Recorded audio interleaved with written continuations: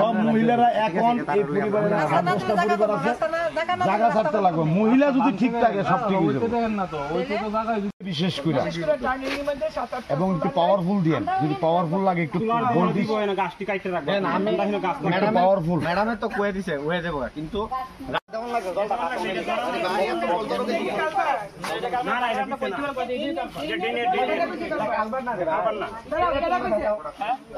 আমরা মেম্বার কথা না কানানি দিন পর ওই দেখো ভিডিও কল করে থেকে দিছি তাই না রই না না এটা দিন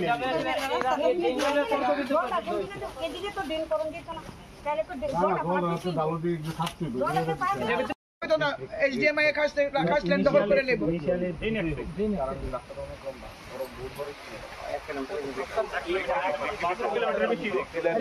আমার কথা শুনে পেপার তো দূরে দূরে হোক।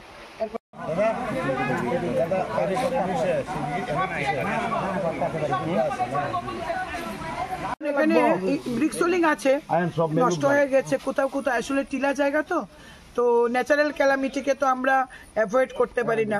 প্রাকৃতিক দুর্যোগ, জল তো ডাউন ওয়ার্স হয়, সবসময় জল নিচের দিকে নামে, তো টিলা বেয়ে জল রাস্তায় পড়ে রাস্তা নষ্ট হচ্ছে। কোথাও কোথাও কালভার্ট হয়েছে, পঞ্চায়েতের মাধ্যমে ড্রেনও হয়েছে, আরও কোথাও কোথাও বাকি আছে। পঞ্চায়েতের ফান্ড লিমিটেড থাকে, তারপরেও আমরা এখন ডিএম সাহেবের সঙ্গে কথা বলেছি। রাস্তাটা সত্যিই খারাপ এবং আমাদের পঞ্চায়েত থেকে অনেকদিন আগেই একটা প্ল্যান এস্টিমেট করে পাঠানো হয়েছিল, কিন্তু স্যাংশন হয়নি।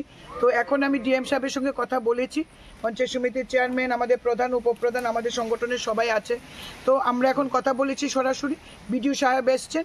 আমরা এই রাস্তাটা ইতিমধ্যে 12 ফুট নিয়ে আমরা এখানে রাস্তা করব, ড্রেন করব, যতখানি পেভার ব্লক করা যায় আমাদের এস্টিমেটের মধ্যে যতটুকু পেভার ব্লক করা যায়, বাকিটা আমরা ব্রিক্সোলিং করব, যেটা পরবর্তী সময় ওটাকেও আমরা, আর সোলার লাইট যাতে গ্রামবাসীরা পায়। জলের জন্য অলরেডি একটা আইআরপি বসানো আছে, আর যেটাকে সাবমার্সিবল বসানো আছে।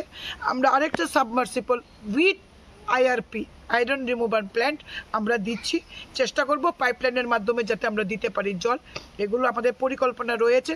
জলটা অলরেডি স্যাংশন হয়ে গেছে, শুধু টেন্ডার হবে।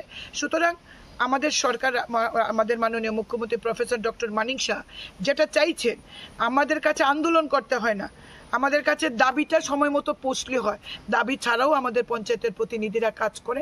আমরা এই রাস্তা যত তাড়াতাড়ি সম্ভব, আমি ডিএমকে বলেছি 15 দিন, 1 ফোর্টনাইটের মধ্যে কাজটা ধরতে।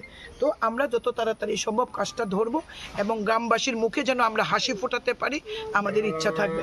পাশাপাশি এই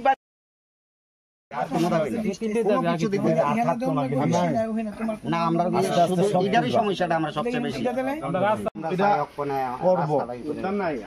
করবো।